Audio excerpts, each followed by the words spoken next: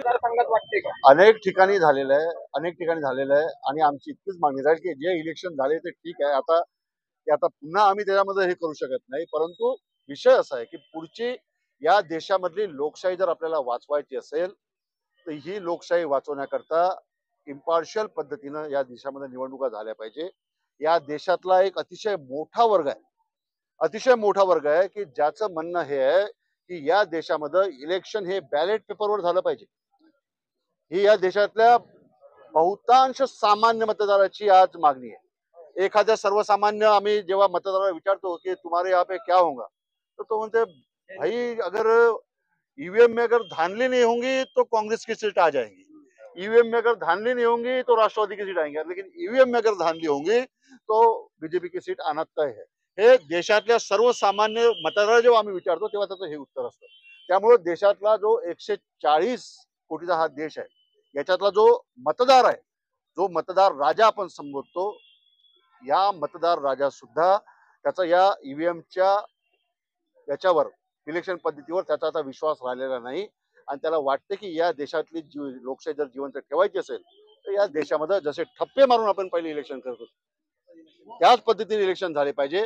आपल्यापेक्षा कितीतरी प्रगत देश आहे, आपल्यापेक्षा कितीतरी प्रगत देश आहे, अमेरिकेसारखे देश असेल, आपल्यापेक्षा अजून काही प्रगत देश आहे जे आपल्यापेक्षा कितीतरी वर्ष समोर आहे.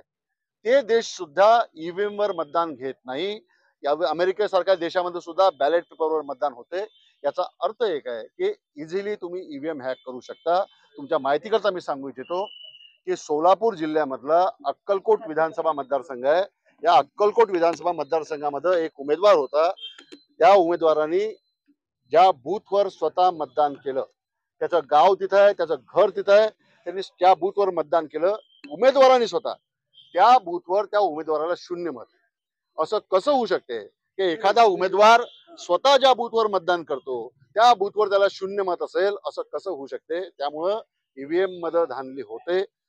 आमचं सदैव मागणी ही राहील की देशातली लोकशाही वाचली पाहिजे आणि देशातली लोकशाही वाचवण्याकरता निष्पक्ष पद्धतीनं या देशामध्ये निवडणुका झाल्या पाहिजे.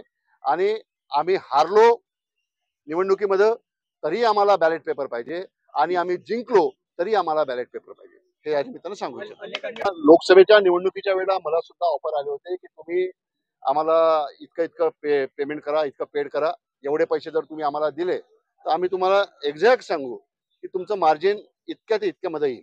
अशा पद्धतीचे ऑफर्स मलाही आले आणि महाराष्ट्रातले अनेक उमेदवार असे आहेत, लोकसभेचे असेल किंवा विधानसभेचे असेल, त्यांना डायरेक्ट लोक भेटले आणि त्यांनी सांगितलं की इतकं पे करा, इतकं पे करत असाल तर आम्ही तुम्हाला एक्झॅक्ट तुमचा निकाल तुमच्या फेवरने आणून देऊ. पवार साहेबांना सारख्या नेत्याकडे जर ही ऑफर आली तर विषयच नाही. आणि माझा विषय आहे, आमचं म्हणणं सोडून द्या, आम्ही नेते म्हणून, आम्ही खासदार आमदार म्हणून सोडून द्या, परंतु जेव्हा हा जो सर्वसामान्य मतदार आहे या देशातला, हा जो सर्वसामान्य मतदार आहे, या मतदाराला जर वाटत असेल की निवडणुका ह्या बॅलेटवर झाल्या पाहिजे तर ते बॅलेटवरच झाल्या पाहिजे अशी आमची मागणी आहे. माझ्या निवडणुकीच्या प्रक्रियेमध्ये माझे निवडणूक जे कॅम्पेन होतं, जे निवडणूक कॅम्पेन राबवणारे जे काही आपले प्रमुख टीम असते, जे काही महत्वाचे लोक असतात, जे आपले सर्व निवडणूकचं प्रक्रिया राबवत असतात, कॅम्पेन राबवतात, त्या लोकांना ते मला भेटले आणि त्यांनी सांगितलं की अमर काळेंना आम्हाला भेटायचं आहे. त्यांनी विचारलं काय काम आहे, तर म्हणे अशा अशा पद्धतीचं आहे, आम्ही निकाल सेट करून देतो, तुम्हाला पे करावं लागेल, एवढे पैसे करावं लागेल.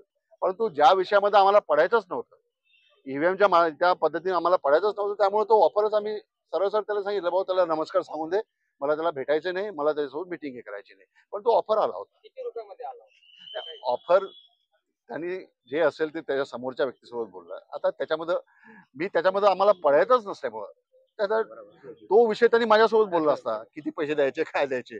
परंतु जिथं चर्चेचे दोरच आम्ही कापून टाकले ना, चर्चेचे दोरच कापून टाकले. आम्हाला याची चर्चाच करायची नव्हती. त्यामुळे जेव्हा माझे कार्यकर्ते माझ्याकडे आले की त्यांनी सांगितलं की सर भाऊ आपल्याला अशी अशी मीटिंग करायची आहे का, असं प्रपोजल आलेलं आहे, तुम्ही जर वेळ देत असाल तर मी त्यांना बोलवतो, ऐकून तर घ्या काय म्हणतात आहे. म्हटलं भाऊ त्याच्यातून बोलायचंच नाही, आपल्याला चर्चाच करायची नाही. त्यामुळे विषय तो तिथेच आम्ही सोडून दिला. परंतु फक्त इतकं आहे, तुम्ही सर्च करा, तुम्ही मीडियामध्ये आहेत, तुम्ही सर्च करा. मी तुम्हाला सांगतो, सोलापूर जिल्ह्यातला अक्कलकोट विधानसभा मतदारसंघ त्या विधानसभेमध्ये ज्या मतदारांनी त्या बूथवर मतदान केलं तिथं त्याला 0 मत आहे. मी थोड्या वेळाने तुम्हाला नाव अशोक वानखेडेंना आपण ओळखत असाल, पत्रकार. त्यांनी डिबेटमध्ये सांगितलेला हा किस्सा आहे. दहिसरमध्ये मनसेचा उमेदवार आहे, त्यांनी ज्या बूथवर मतदान केलं त्याच्या घरचे 4 मत आहे, तिथं त्याला 2च मतं पडले. अरे असं कसं होऊ शकतं सर? आणि अमेरिकेसारखा देश, आपल्यापेक्षा कितीतरी प्रगत देश, हे देश जर बॅलेटवर मतदान घेत असेल, याचा स्पष्ट विषय हा आहे का ईव्हीएम मध्ये धांदली होऊ शकते. त्यामुळं सर्वसामान्य मतदाराला जर वाटत असेल की निवडणुका बॅलेटवर झाल्या पाहिजे, तर बॅलेटवर निवडणुका करण्यामध्ये भारतीय जनता पक्षाला काय अडचण काय आहे? तिथं आमचे देवेंद्रजी म्हणतात का राहुलजींची चीप काय झाली आहे वगैरे, अशा पद्धतीचे वक्तव्य राज्याच्या मुख्यमंत्र्याला शोभत नाही. आणि मोदी साहेब जेव्हा विरोधी पक्षामध्ये होते तेव्हा सुद्धा त्यांनी ईव्हीएम वर आक्षेप घेतलेला होता, मोदी साहेबांनी सुद्धा. त्यामुळं देशातल्या लोकशाहीच्या दृष्टीनं ईव्हीएम हटाव हा आमचा नारा आहे आणि बॅलेट पेपरवर मतदान घ्या ही आमची सरकारकडे मागणी आहे.